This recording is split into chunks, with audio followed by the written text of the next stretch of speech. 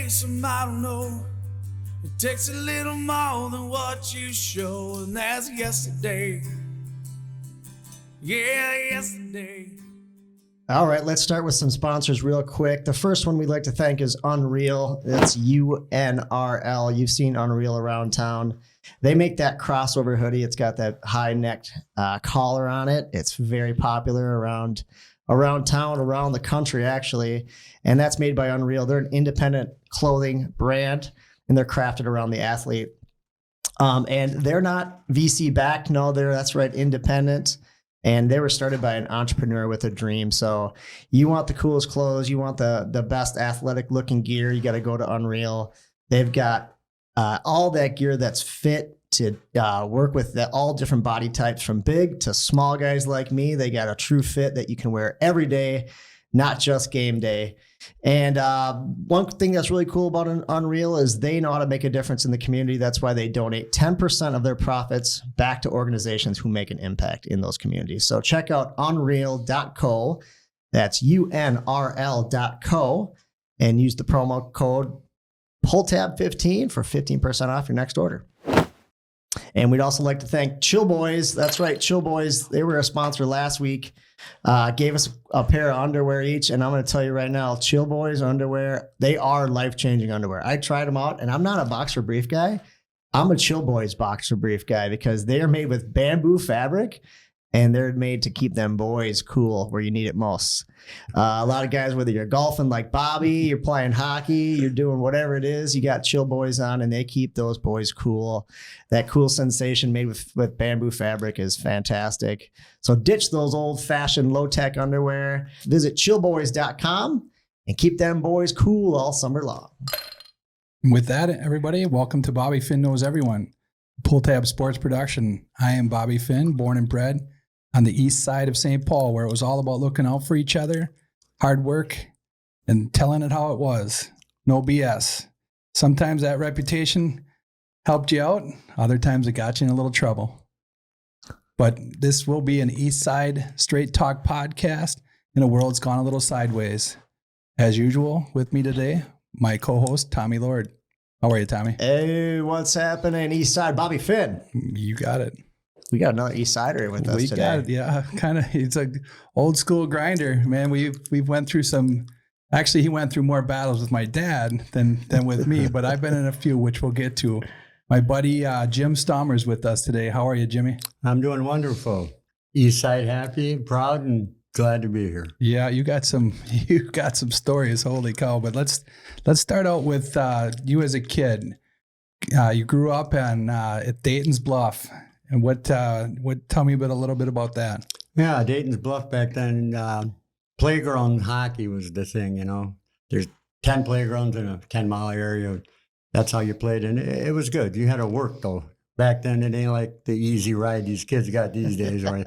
Get up, get in the car, and go to the rink. Everything's laid out. We had to carry our stick, our skates, and go shovel the rink, flood the rink. But it was worth it, you know. Made us stronger. Your parents gave you a ride in the, like they picked you up in the air conditioner or the heated car. The heated car, yeah. Well, we crammed in. A lot of us, like I said, we were pretty poor down there, so we got like 8 kids in the car, so it worked out. So you ever have to walk to that rink there?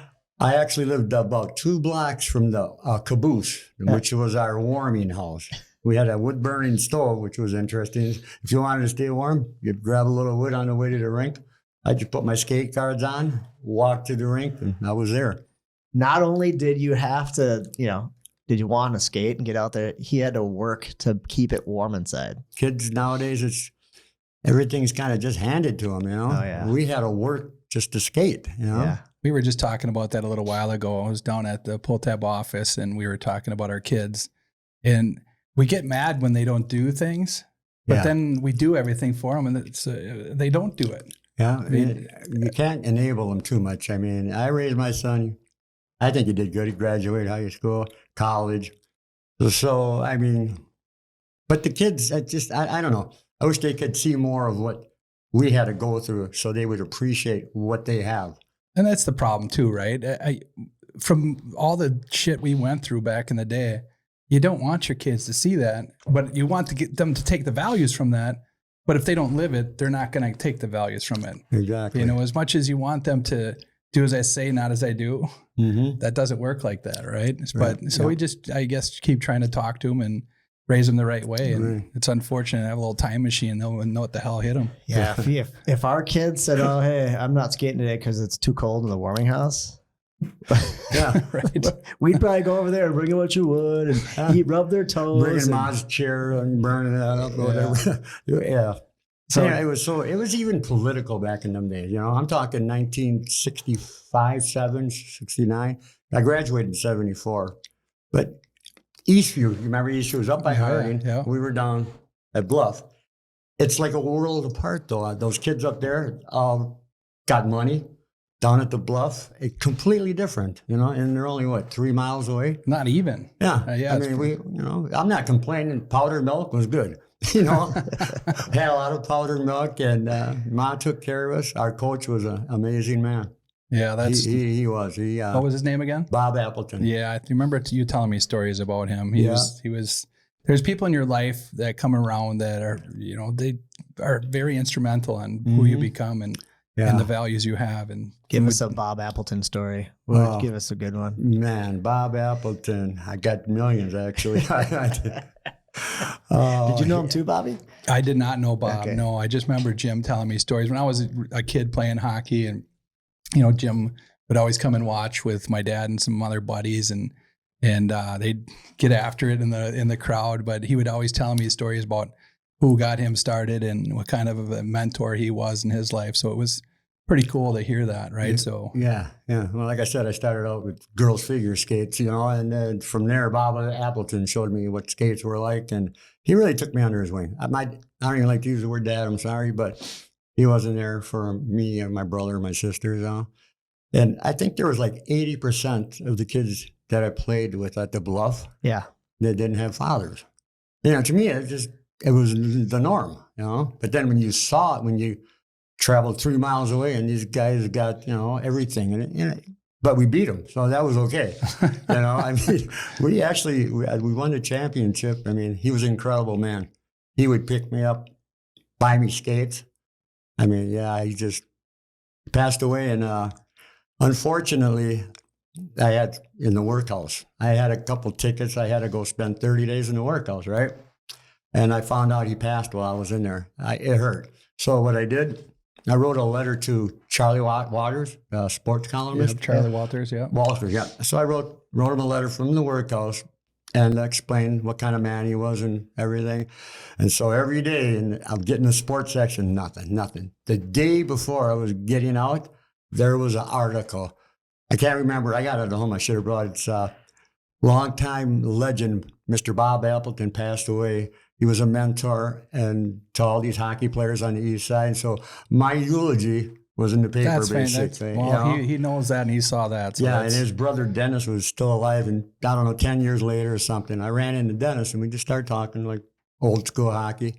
And I mentioned that, and he goes, "You're the one that did that?" Nobody knew how that got in the paper. Right. So, and I told his brother, he goes, "Wow, man, I didn't even have no clue." So that was that meant a lot to me that he wrote that. That's cool. Know? Yep, absolutely. Well done. Yeah. You got a good tribute in. Yeah, he wrote quite a bit on there too, so it was nice. You know, I said it in the past, right? The East Side is kind of a hodgepodge of different backgrounds and nationalities, and Jim's family comes from Native American, and you know, Henry Boucher was obviously the icon of it all. But did you ever think about it on that side of it, where you're a Native American playing a white collar white boy sport, really? I mean, when it started back then, I'm 67 now. Even back then, you know, they knew I was part Native. My mother, you can just see my mom. And back then, you'd hear kids doing the little ooh and putting their things up. And like, I mean, I knew what it meant, but I didn't really know what it meant. You didn't know they were being assholes. Yeah, right. Yes. So how did them kids grow up? I don't know. Yeah. But, you know, and so it was difficult. But like I said, I think that made me a better person. Definitely made you tougher for sure. Oh, yeah.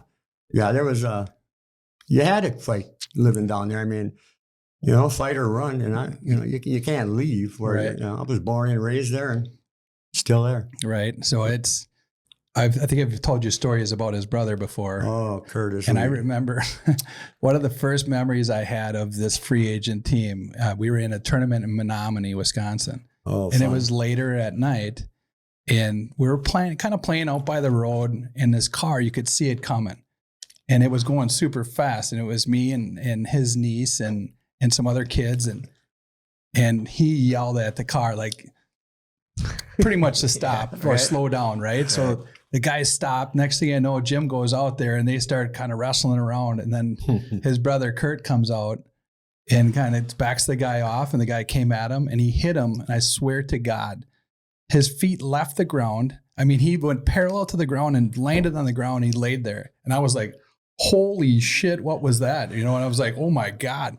Guy got up about 2 minutes later, got in his car, drove away, never seen anything And he again. drove away slow too. It was, it was unbelievable. I couldn't believe it. I mean, it was like a video game. His feet left the ground. He just walked towards you. He took one pop. Yeah, well, my brother did that. I was more of a grab and stuff, but my brother, though, that's what he was known for. I mean, he boxed a little bit. Gold gloves boxer. I mean, just a bad mother. You guys ever get into it together, you two? Scrap it up? See that thing on my nose?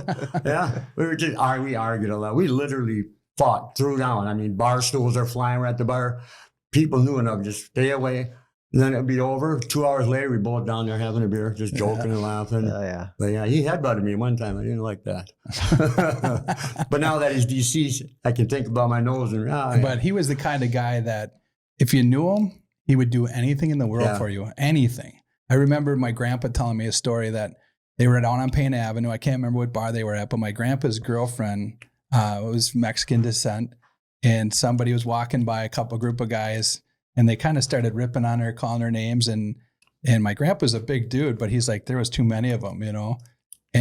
But he wasn't going to back down. So he's like, screw it. And the next thing you know, Curdy comes down the freaking sidewalk and he's like, Bob, are these guys giving you a problem? And he's like, oh, and then the boys that are like, are out of here. I mean, the people knew him. They weren't going to screw with him. He, like I said, he was the baddest dude I've ever seen. Wow. I mean, he got shot. He was one of them gangster type guys, you know. He got set up. Yeah. Yeah, he told me he got set up. He went in the house. They were taking somebody's stuff, something, I don't know. But he went in the house and a guy shot him from about me to you with the .357 hollow point. You know, that explodes when it goes inside of you. He went down, he got up, walked across the street, and he fell right next to a gutter or the rain thing, you know. Some little kid saw him. Ambulance came. He was in the hospital for 2 months. At first, he said, you're not going to make it. You know, there's just no way. He toughed it out every night. He got a little stronger and stronger. Lost a lung, right? Yeah, lung. Part of his lung was shot out. I mean, he was cut from here to here, just opened him up. And I'll tell you, they saved his life at Regis. It was He got shot in the chest and he just toughened it up. Right. Yeah. Wow. I mean, a .357, if you're familiar with guns, is a pretty, pretty powerful gun. Yeah. Especially with a hollow point. Right. Yeah, he lived that, you know. Doctor said he'd probably live another 2 years. And he ended up about 9 more years, and but he kept using illegal drugs and stuff, and it kind of set him back. But yeah, like Bobby said, if you knew him, great guy. I mean, if you were on the wrong side, you didn't want to be on the wrong side. Yeah, of him. I know. Did you ever get on the wrong side of either one of these guys, Bobby? No, I never did. They always looked out for me. Oh, yeah. You were smart, huh? All our kids were safe. It's funny when so my dad played third base for that team. And my dad stole it. My dad blew his knee out, so he couldn't play. So they were like, "Oh shit, what are we gonna do?" So they asked me to play third base. I think I was 15, and so we played third base. And I think I hit 2 home runs, and I mean we won the city championship, right? So we went back to this bar that sponsored us. Hear how you had to throw? I think I hit 2 home runs in there. Okay, whatever. I think it was 1, but go ahead. We went back to it was Wakefield, so if it's only 1, it sounded much. One of Kurt's good lines was, "Hey, it's his lie. Let him tell him the way he wants." So we go back to this bar that sponsored the team, Rainey's on Payne Avenue, and next thing you know, beers are flying, everything's getting crazy. Next thing, when Curdy somehow got some money allegedly out of this Joker poker machine, but as he's doing it, he's getting electrocuted. Yeah. But he pulls like $1,000 out, so everything's on him now, right? We got pretty loaded, and we went across the street, which you already know what's going to happen when you go enter another place. We went this other right across the street, and it was a Chuck's. Louis. Right across the street was Louis, and we're in this bar, and it's a long bar, and the argument kind of broke out. The next thing I know, there's chairs flying and hitting the back of the bar, mirrors, bottles, everything breaking. It's a barroom fight like I've never seen before. And we're with Curdy, first of all, and the rest of the guys were crazy and tough, and we're just working everybody in this place. Go up to the next bar, Louis or Chuck's, and then we go later, and then for the record, I didn't touch a person yet. You're 15. I'm 15. Yeah. And we get up, I think it was an arcade bar. Were we, huh? I think it was the arcade bar. So we went to the arcade bar, and another one broke out there, and then somebody I thought was going to sucker you, and I blasted him. Thanks. And that was my only time. I was like, oh my God. But it was just a different world, right? But yeah, for sure. We were in a bubble inside of the east side of St. Paul that the rest of the world didn't exist. Yeah. You know, we just knew to look out for each other. And we just, just became, look, you know what I mean? Yeah. Each other's big brothers, big sisters, whatever it was. Well, I mean, when you're, raised and born in that environment like I was, with the powdered milk, that's what it was. My mom was on welfare, 6 kids, waitress, the story, but it's true. And so you definitely just appreciate things more. I mean, it was weird. Just in that little pocket was us. Up here was Eastview and, like Hazel Park. And there was just little Dayton's Bluff kids in a caboose trying to stay warm. We didn't have them underwear, so that might have helped back then. I mean, underwear keep you cool. They don't keep you warm. Well, you never know how to be warm with underwear.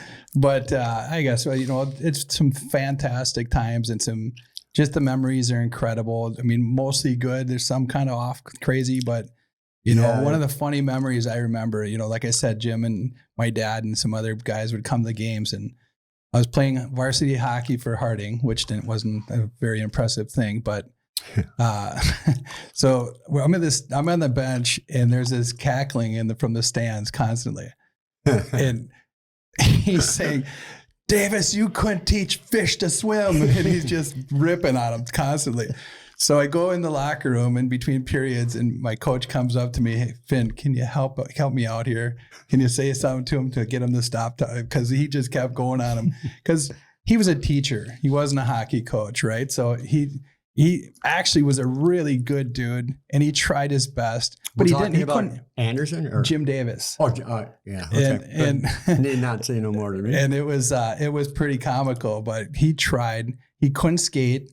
He would try to tell us drills, and we'd go out there and try to do them, right? So we didn't get the most out of our abilities, sure. But whatever. But it was super funny. It was one of the funny memories from school. I mean, how does that make you feel, though? You're out there and you got a coach that can't even skate. I mean, we weren't going to get to any we had good coaches because there was no money to pay them, right? And, and these teachers, we go with the money again. Well, these teachers, what do they get? Like $6,000 for 4 or 5 months of work every day after school. And they are the most underpaid people. I mean, I don't follow the political part of life too much anymore because the world is just such chaos. I don't want to know. But I know one thing, them teachers, they are underpaid. In my opinion, I just, for the work they do. You're right. It's not just to teach and it's just like in the movies. You see some of these schools where the kids, you're raising kids. They're raising some kids. Right. Man, there's some incredible stories about these teachers too. I follow the good stories. Right. How a teacher will buy stuff for the kids if they can't afford lunch money, and they don't make that much money, but they still will. Supplies. They buy a lot of supplies and different stuff. Yeah. Did I tell you one more story about Kurt? Yeah. I think it was 1978 actually. Anyway, he got in trouble. He got arrested. He had his hand behind his back, and downtown St. Paul was the jail. So when you get out of the car, they have these big sliding doors that come down and shut, and there's windows, panels and all around, about this big. Kurt decided he didn't want to go to jail. So handcuffed, he leaped through the window. Out the window, rolled, he started running. And my mom had one of them police scanners. So it was like she was at a movie. Kurt Stalmer, he got away, and you could hear, no, he's downtown. He got to Phelan Lake. I don't know how he got to there. And then my mom said you could hear him downtown St. Paul. Yeah, handcuffed behind his back. And he ran, and my mom said, he's like Phelan Lake. He just jumped the fence. So it was like a play-by-play announcement, right? He got hung up on a fence. He must have just ran out of gas. It tore his, speaking of your underwear, it tore his things apart. He was hanging upside down. Oh, my and they God. got him. Yeah. Yeah, he was I one had a of lot kind. of willpower, but I don't think he applied it to the right areas. I mean, When you said it tore his thing, his underwear tore apart? no, or he his tore his, socks? he tore his boys. Oh, Jesus. Hey. Yeah. I don't Look even out. think Chill Boys could have helped out with that. No. Oh my God. So Yeah. when you skated, you were growing up skating, you skated outside? Oh, yeah. We Yeah. never, well, And that was occasionally your- we could, we go, our coach would get us ice time But occasionally. most of your league was mostly outside. You play other Oh, teams yeah. outside. Yeah, and- we go to their playground, stand in a snowbank. Your feet got cold, freezing cold. That's why it was kind of neat. Like we would go to other playgrounds. Like I said, we had a caboose. Yeah. There was we go to Hazel Park, right? Yeah. And you get in there, big old building, a bathroom and what, and you get in the bathroom, you got that button you push for heat. Yeah. I'm thinking, wow, this is really great, man.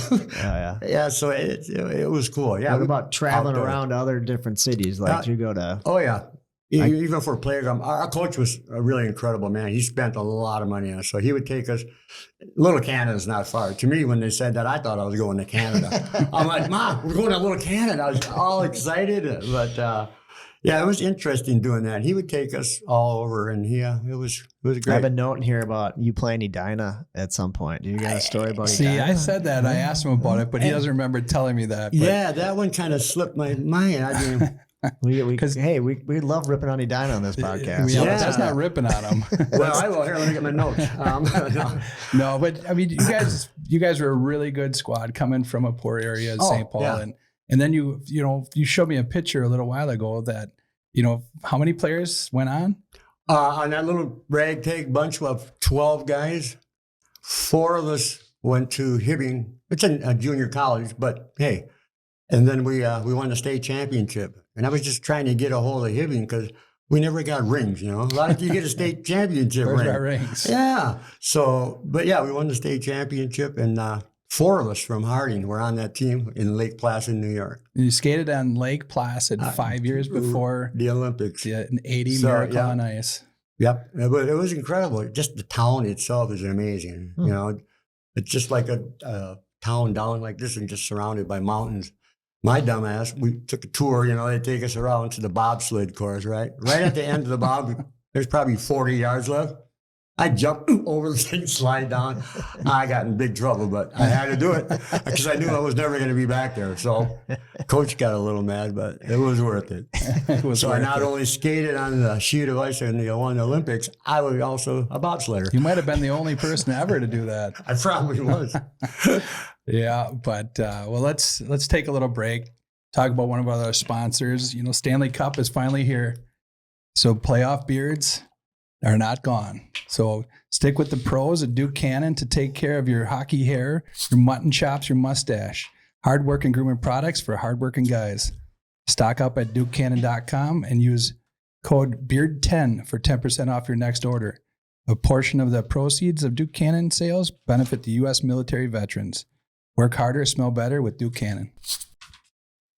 The other one we're going to talk about is Jimmy's Salad Dressings and Dips. And Jimmy's is our go-to salad dressings and dips, especially now because it's hot outside. It's going to be 90 all week, and that means you need some cool slaw because it's slaw season. Never sleep on the salt slaw. They have original pineapple and fat-free. It deserves a spot right on your plate there next to maybe the warm beans or your burger. Throw a little Jimmy's salad dressing on that slaw, and you put it on a nice paper plate. You're good to go. I know I got your mouth watering now, Bobby. I get after it. So, of course, you can find Jimmy's salad dressings and dips at Cubber Hy-Vee because Jimmy's is a local company. That's the other thing. Go with the local brand that you love. Support local. That's why they support our podcast. And like Bobby always says, don't you be messing With the dressing. That's right. All right. Let's do, and Jim can help with this, Bobby's bar review, right? You've probably been to a few good bars in your time, and Bobby likes some good bars. Bobby, you got a favorite you want to talk about this week in your bar review? Well, this week I wanted to talk about Junction 70 in Cottage Grove. I'm not sure if you've been there, Jim. It's kind of a newer bar.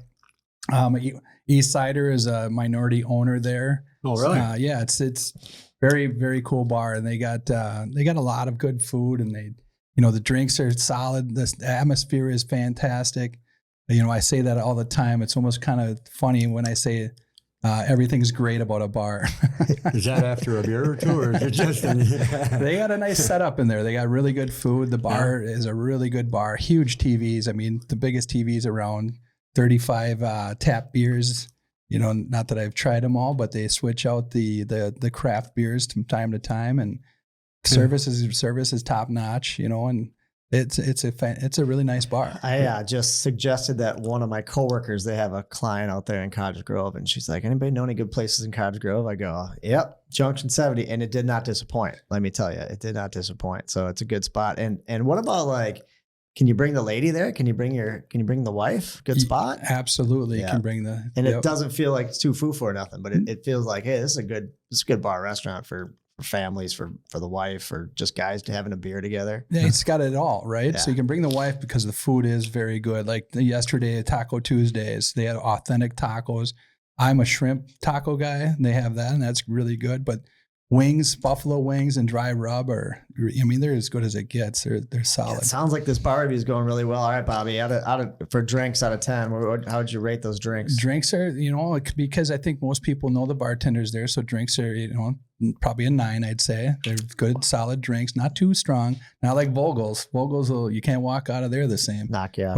But they're strong, Vogel's. good drinks. Yep. East Side Vogel. There's Street? only one. Yeah. All right. How about atmosphere? Atmosphere's a 9 as well. Probably, 9, maybe a 9 too. Oh my God, this is going on. Service? Service is top notch for sure. 9. Oh man, Bobby's going high. Food? Food is a 9 too. Oh, this might be your highest bar review of all time. All right, I'm writing it down. What's it called again? Junction 9? Junction 70. Junction 7. See, I'm already lost. All right. So it's a very, very solid bar, and especially for the area. If your kids are playing sports down at Park Cottage Grove or soccer at the, what is it called? Heritage? Oh, Heritage? Lamar? Well, there's a soccer field there. But anyways, look out for Junction 70. Very, very good bar. We won't disappoint. All right. That's been Bobby's bar review. You heard it here first. Well done, Bobby. What else we got going on here? We got the Stanley Cup starting. Are you into this? Well, can you believe it? Florida against Jim, do you think any Vegas? Canadian like the Vegas Florida matchup? I like Vegas.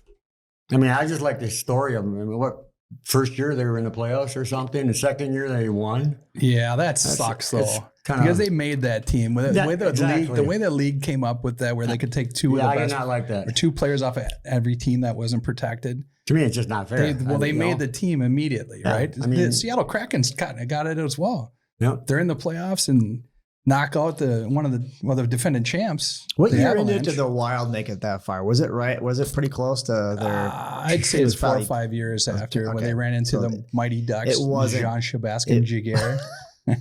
It wasn't a team that the NHL built. Basically, no, what you're saying. It wasn't. Okay. I don't believe so. But no. Jim, what do you think of the white gloves? Were you a white glove guy back in the day? I can't see a Harding East Sider wearing white gloves. Well, I had the same black ones for 8 years. So but no, I like them. I like it. It's just a different look. It's kind of flashy. You have to be good in order to do certain things. Yeah, exactly.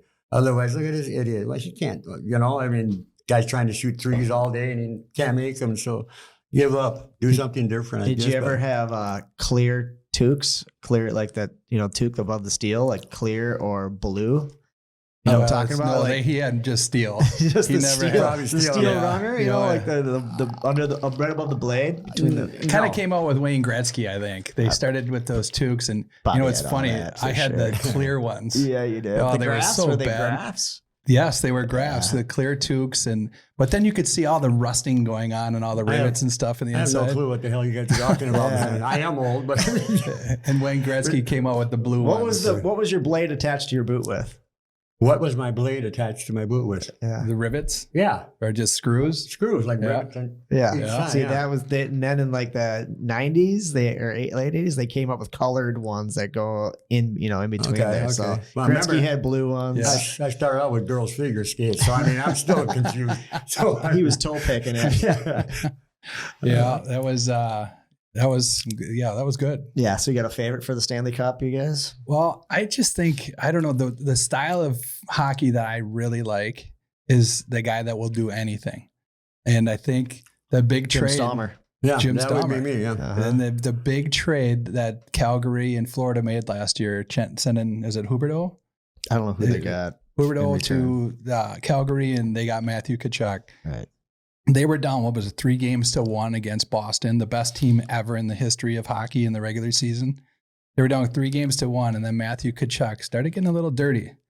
And he kind of cheap shot, cross-checked a dude in the ribs, and he kind of started cheap shotting, took Boston right off their game. I mean, he's such a phenomenal player. He can do anything. And he knew at that time of the series, if he didn't get in their heads, they were done. Yep. And I think that's exactly what he did. Yeah. He got them off their game by being dirty and cheap. And then all of a sudden the tide just tilted. They came back and beat Boston, and then they've been on an absolute tear ever since. They should have had Jim Stalmer immediately squash that. Get it done. Get that guy. Take him out. Say, The don't. enforcer. Well, and that's what Why not? Your team looks at you like, creep. He's not going to do this. But yes, to us that's anymore. it. Get Like Matthew Willie Tkachuk Butt off the here. ice. Get him off the ice. And they didn't, and he's skillful too. I mean, he's such a phenomenal player, and ever since that, he has been dominating the playoffs. So I'm gonna go with Florida. You know, you like Vegas, but Florida seems like they have that edge in the goaltending. Bobrovsky has been absolutely on fire. So it's going to be tough to beat them. Well, playoffs, it's pretty much a lot about goalies. I mean, they'll carry a team for sure. You know? Yeah. I didn't know they gave them a week off in between games. I mean, it's going to be basically a week until they play again. Well, that's, And Florida's been off for a while. Yeah. What do you know about Timberwolves? Anything? No, I got nothing. Yeah, I got nothing either. All right, let's move on. Crickets. Twins look good. Twins look good. Twins, gosh, their pitching is great. That's the thing. We're our highest paid so players jacked can't up. hit the damn ball. Yeah, I called my kid 2 weeks ago. I said, you know what? We better go to Wisconsin, put down $100, win just the West or whatever division. Yeah. Not the World Series, but I think they got a good shot to win the division. Well, the division sucks. That's why I said bad, it. Yeah. Right. So you're hedging your bets, huh? Yeah. I think they play the Guardians now. I like they got good ball players. I mean, good pitching, right? Pitching, yeah. They just got to change that hitting. I think.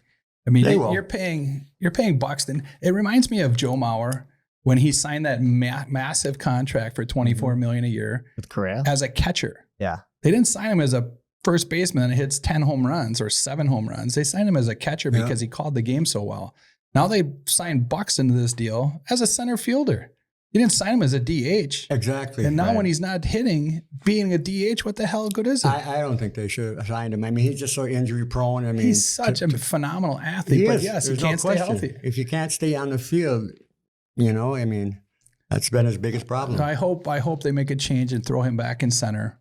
And then bring up somebody to DH, and maybe he'll change it a little bit. Correa is going to come around. He's too good of a player not to. Those bats will. They'll come. I guarantee you they will. It'll be soon, and then they'll just start playing, 4 or 5 games over 500 the rest of the way, and they'll win. Right. You know what good teams need?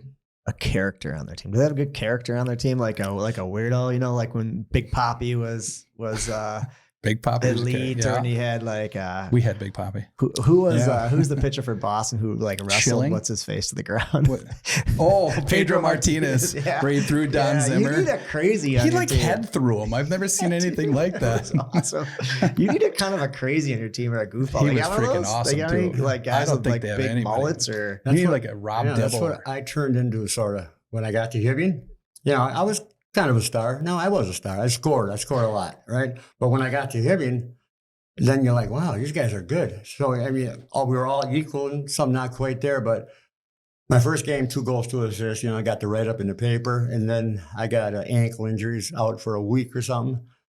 And then I forgot where I was going with the story. You need a character. You became a character, right? See, I can't even remember I was a character. No, but I got to the point where I was the enforcer, basically. But I still, I played and scored. Not as much, but they needed you got to have a guy like me. Yeah. To, just like we Mix referenced to earlier. Yeah. You can't really fight much. And, you're out 2 games. I think you get suspended and stuff. But my last game, as a matter of fact, we were down 6-3, I think. And there was maybe 40 seconds. Frank Catani, my coach, just passed away, great man. tapped me on the back and he said, "Get in there, do something." I know what he meant. We were lost. So I picked out the biggest defenseman there was. Mind you, these refs were all from New York. We had they had 10 penalties, we had 30. So I got out there, I knew what I was supposed to do. So I picked the biggest defense out there. I had long hair. I always did back then, right? And we're going big mustache too, long hair, big mustache. Yeah. I want to see it. Got this little mustache. He used to say a little porn mustache, but no. So we're getting into it, and all of a sudden the refs, they both from behind grabbed me by my hair and just ripped me off them. And I was mad then. I got real mad, but I couldn't do nothing. So that's how I ended my career. Getting my hair pulled by a referee. Yeah. That's the character you need for sure. I don't think the Twins have it yet, though. I don't know. I was hoping Correa was the guy. Yeah, I like the little thing they started with the home run, putting on the vest. You need little things. I don't like that. Every bullpen, or not bullpen, every dugout has that now. Yeah, I think the Twins started it, didn't they? Or a vest, or they got something. Yeah, ours is a little too big, too gaudy. It just seems like it's too gimmicky. It's like, next thing you know, there's going to be a live fish at the end of it. That's after a home run, right? So. Yeah, I guess we won't see it that much now, right? I guarantee the MLB is telling them to do stuff like that. The NFL, they got the big screen in the end zone, so when the D gets a pick off, they'll go and mug in front of it. I mean, they got it from Cabela's or something. They're plugging the vest that they got. Is it branded? I think so. Yeah, I think it's. We should get a Pull Tab Sports logo on there. Bobby Finn knows everyone. Yeah. We got to get something going. Well, you got me now. Yeah. All right. Let's do another segment here. It's our Don't Be a Dick of the Week. So our Don't Be a Dick of the Week is all about, we always say, like, be a good person, do what's right, kind of live those East Side values. Just don't be a dick. But there's a lot of dicks out there. So Bobby, you gotta who or what was your Don't Be a Dick moment of the week? I was going back and forth with this. There's a guy in Costco today that, like, he took 35 watermelons. I go, what in the hell is this guy doing? I'm like, nobody else getting any watermelons. There's no watermelons left. He took all the watermelons. You think he works for a restaurant or something? I don't know. He's giving them to homeless people? Well, if he's doing that, he's not a dick for sure, but I couldn't figure it out. Yeah, we just called a really good dude a dick of the week. He's just helping people out, man. You're the dick of the week. I am the dick of the week. I got a great one.